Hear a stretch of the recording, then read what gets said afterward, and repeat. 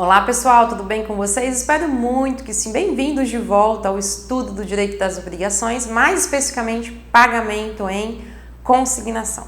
Antes de prosseguirmos, por favor, vá lá, se inscreva, ative as notificações, deixe seu comentário, deixe sua pergunta, não te custa nada. Principalmente compartilhe aí com todos os seus colegas para que esse canal cresça e alcance aí muitas pessoas. Não se esqueça, download dos slides lá no meu site. Vamos então aqui dar prosseguimento ao estudo do pagamento em consignação, lembrando que o pagamento em consignação é um pagamento chamado indireto ou anormal, porque ele não acontece como previsto e como convencionado pelas partes, mas é capaz de gerar a extinção da obrigação da mesma forma. Então, eu tinha que efetuar a entrega do carro ao credor, mas eu não efetuo. Eu efetuo isso judicialmente porque eu me encaixo nas hipóteses do 335. Se eu me encaixo nessas hipóteses, o juiz então pode declarar extinta a minha obrigação, mesmo que eu não tenha entregue diretamente o carro ao credor.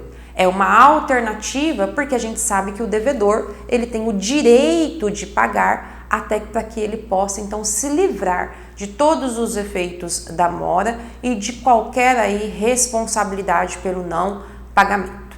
Bom, nessa aula vamos falar sobre alguns requisitos da consignação em pagamento. Vamos começar pelos requisitos subjetivos. Quem são as pessoas que participarão da ação de consignação em pagamento? Então, quem tem legitimidade ativa para propor a ação de consignação em pagamento? A gente sabe que o principal interessado na extinção da obrigação é o devedor. Então, aquele que assumiu a obrigação de entregar o carro, deverá entregar o carro. Aquele que assumiu a obrigação de pagar o dinheiro, deverá pagar o dinheiro. Se ele não consegue fazer isso diretamente, da forma como ficou convencionado, ele pode fazer isso através do pagamento em consignação. Além disso, uma outra pessoa que também pode propor uma ação de consignação em pagamento é o terceiro interessado. Lembra, né? O terceiro interessado é aquele que, se não houver o pagamento da obrigação, ele sofrerá consequências do inadimplemento. Então, é o avalista, é o fiador, é o devedor solidário. Então, o terceiro interessado é aquele que, se o devedor não efetua o pagamento, ele pode ter bens penhorados, ele pode ter negativação do seu nome. Então, o que ele pode fazer? Efetuar o pagamento ali nas mãos ou diretamente ao credor. Se o credor falar, não vou receber de você, eu quero receber do devedor, por exemplo, é um motivo justo para não receber? Não, porque a gente sabe que o terceiro interessado tem legitimidade para o pagamento, já falamos disso. Se o credor se recusar, então, injustificadamente a receber do terceiro interessado, pode o terceiro interessado, então, efetuar o pagamento em consignação. E também o terceiro não interessado. Lembra que o terceiro não interessado é aquele que não sofrerá nenhuma consequência jurídica pelo inadimplemento da obrigação, mas a consequência dele é uma consequência mais afetiva, uma consequência mais pessoal, mas se ele quiser, ele também pode efetuar o pagamento da obrigação. Só que para ter legitimidade na propositura do pagamento em consignação, da ação em consignação, nesse caso, o terceiro não interessado precisa então efetuar o pagamento em nome e a conta dele. Lembra disso, né? Então, em próprio nome, efetuar o pagamento dele. Então, nesse caso, ele também pode propor a ação de consignação em pagamento. Contra quem ou em face de quem eu proponho a ação de consignação em pagamento? Então, toda e qualquer ação precisa ter um polo ativo e um polo passivo. E o polo passivo aqui nessa ação é o credor ou o representante, aquele que então pode e tem o direito de efetuar a quitação da dívida no lugar do credor. Então eu posso propor essa ação também em face do representante. Então eu vou colocar lá o nome do credor representado por e aí efetuar o pagamento em consignação. Bom, e quando eu não sei quem é esse credor? Lembra que a gente falou do desconhecido? Se eu não sei quem é, o credor. Se eu não faço ideia de quem seja o credor, eu vou dar ali alguma pista para o juiz, né? Por exemplo, o portador do meu cheque. Quem? Não sei. A quem estiver portando o meu cheque. Ou, né, aquele que seja o herdeiro do credor falecido.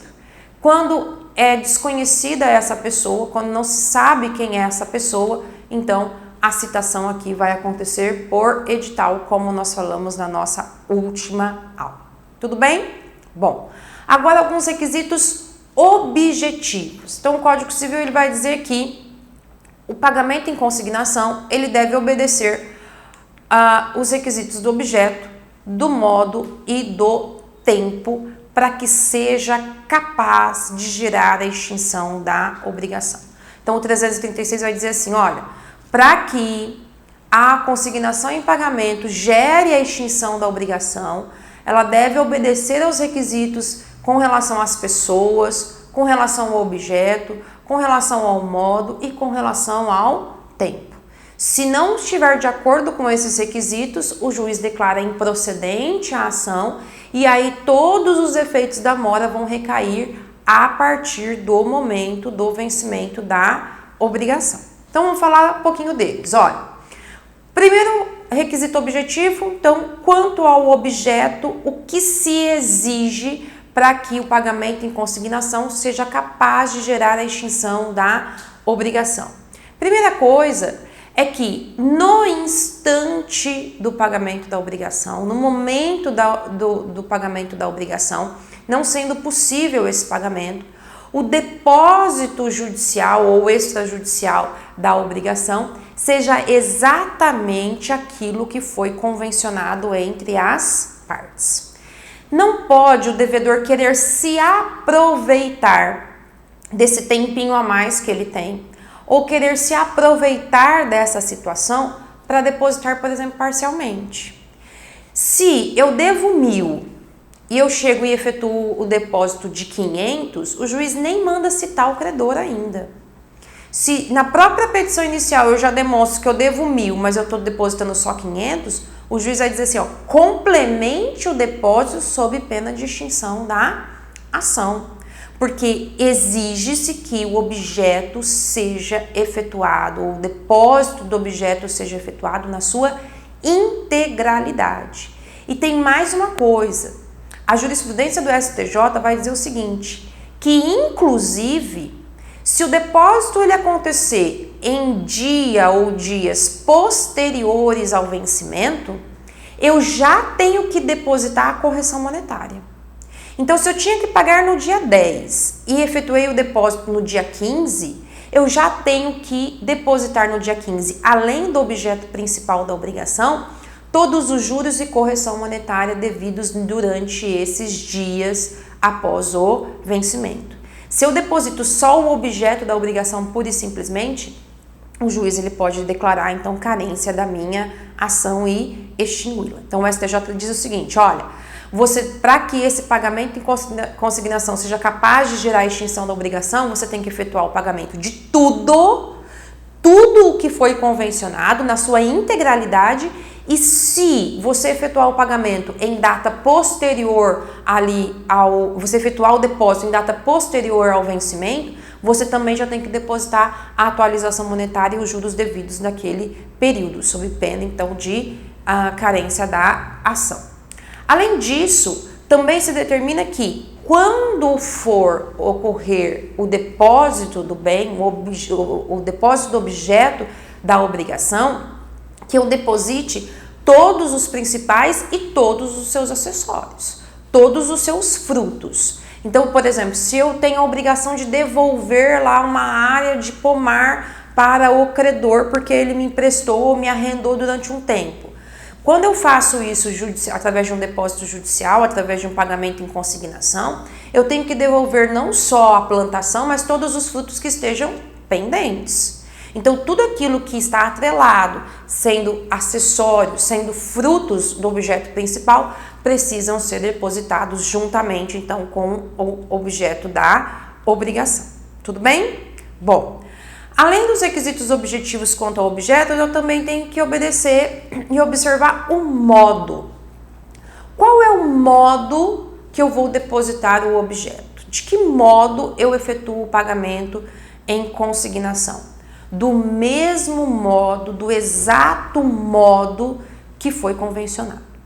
Se eu prometi pagar R$1.000 à vista, tudo de uma vez só, o depósito ele tem que acontecer R$1.000, tudo de uma vez só. Existe uma falsa ideia do devedor que, se ele não tendo condição de pagar os R$1.000, ele pode fazer um pagamento em consignação de 500 e mostrar para o juiz: senhor juiz, eu não consigo pagar tudo, mas eu quero mostrar para o senhor que eu vou pagar 500 agora e eu quero parcelar o restante em 20 vezes, através de uma ação de consignação e pagamento. Qual era a sua obrigação? Pagar R$1.000 tudo de uma vez? Você depositou R$1.000? Não? Então, petição inepta, carência da ação. Você não tem motivo para propor ação de consignação em pagamento. Então, se eu assumir a obrigação de pagar de determinada forma, o pagamento em consignação tem que acontecer nos exatos moldes. Senão, eu posso sofrer as consequências da mora. E por fim, desculpem. E por fim, qual é o tempo? O tempo é aquele definido então lá pelo próprio contrato. O que ficou definido? De que forma você ia pagar? Em que momento você ia pagar? Você ia pagar no dia 10? Ok. O pagamento em consignação ele tem que acontecer logo na sequência do vencimento. Eu não posso esperar 6 meses para efetuar o pagamento em consignação. Eu tenho que efetuar esse pagamento logo na sequência, logo em seguida, para tentar fazer aí, não incidir os efeitos da mora. Porque daqui 6 meses já vai ter corrido juros, correção monetária, multa, tudo aquilo que é devido em razão então do inadimplemento. Então, no tempo, como convencionado entre as partes, deve acontecer também o pagamento em consignação. Tudo bem? Bom, 343 vai falar sobre quem arca com as despesas do pagamento em consignação, porque isso que a gente tem que entender. Às vezes, a gente acredita que o pagamento em consignação é uma estratégia, é uma saída, mas essa ação, ela gera custos. Ela traz, custos processuais. E de quem é o responsável por arcar com essas custas processuais? Lembrem-se que eu só terei sucesso na minha ação de consignação em pagamento se eu a propor na forma e nas hipóteses estabelecidas pela lei.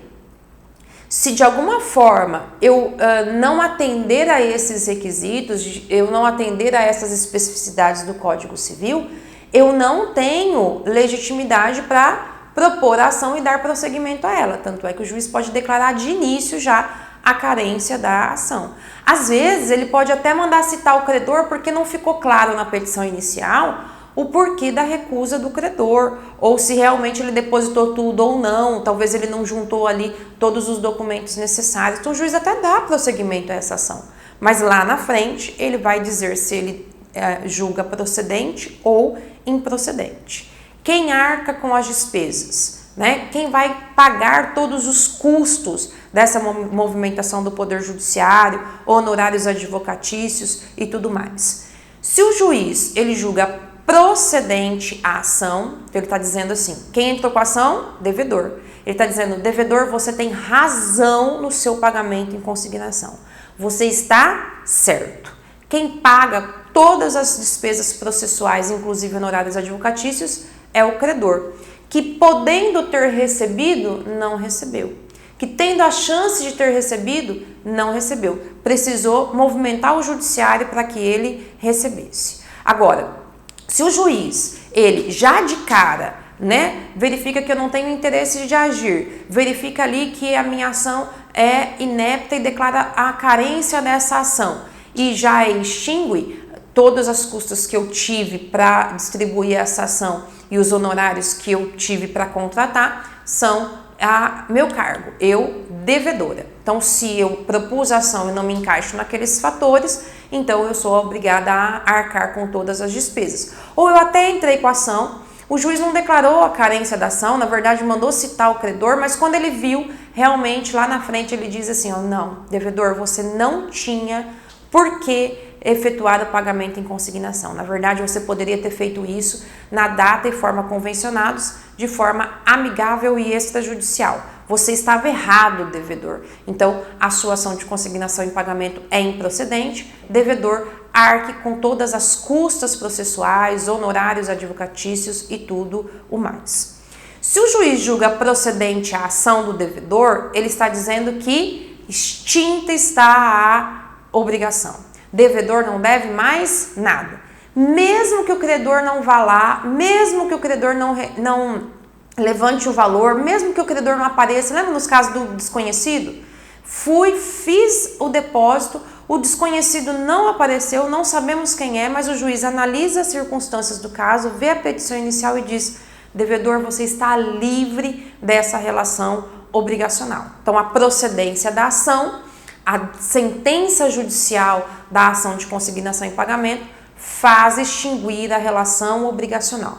A improcedência da ação, além de não extinguir a relação obrigacional, reconhece os efeitos da mora, ou seja, desde a data do vencimento da obrigação. Então, esse tempo que a ação ficou em andamento não vai suspender ou anular os efeitos da mora. Lá na data do vencimento da obrigação, a partir de lá, todas as consequências da mora incidirão sobre o devedor. Juros, correção monetária, multa e tudo aquilo que ficar convencionado, estabelecido pela lei ou convencionado no contrato. Tudo bem, pessoal? Temos mais uma aula ainda sobre pagamento em consignação. Vamos falar sobre o levantamento do depósito e eu espero vocês lá. Espero que vocês fiquem bem, fiquem com Deus e até lá. Tchau, tchau.